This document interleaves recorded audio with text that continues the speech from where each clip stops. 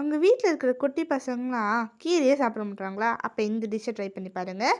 அதுக்கு ஒரு குக்கரில் துவரம்பருப்பு, பாசிப்பருப்பு, வெங்காயம், தக்காளி, பச்சை மிளகா, மஞ்சத்தூள், ஜீரகம் இதெல்லாம் நல்லா விசில் விட்டு எடுத்துக்கோங்க. நம்ம இன்றைக்கி அரைக்கீரை தான் செய்ய போகிறோம். அரைக்கீரைவை நல்லா கட் பண்ணி எடுத்துக்கோங்க. அதுக்கப்புறமா பூண்டு, 4 பல் பூண்டு, கொஞ்சமாக கல்லுப்பு, கொஞ்சமாக தண்ணி இதெல்லாம் சேர்த்து நல்லா கொதிக்க விட்டு எடுத்துக்கோங்க. தாளிக்கிற கரண்டி எடுத்து எண்ணெய் ஊற்றி கடலைப்பருப்பு, உளுத்தம்பருப்பு, ஜீரகம், வரமிளகா, பெருங்காயத்தூள் இதெல்லாம் சேர்த்து நல்லா தாளித்து எடுத்துக்கோங்க. அப்புறம் நம்ம ஃபஸ்ட்டு செஞ்சு வச்சுருந்த அரைக்கீரையை எடுத்து நல்லா மிக்சியில் ஸ்மூத்தாக அரைச்சிக்கோங்க. அப்புறம் நம்ம தாளித்து வச்சதையும் அதில் ஒரு பல்ஸ் மூணு மட்டும் அரைச்சி எடுத்துக்கோங்க. ஏன்னா அப்போ தான் வாயில் போடும்போது நல்லா கொரன்னு சூப்பராக இருக்கும். அதை ஒரு பவுலில் தனியாக ட்ரான்ஸ்ஃபர் பண்ணி எடுத்துக்கோங்க.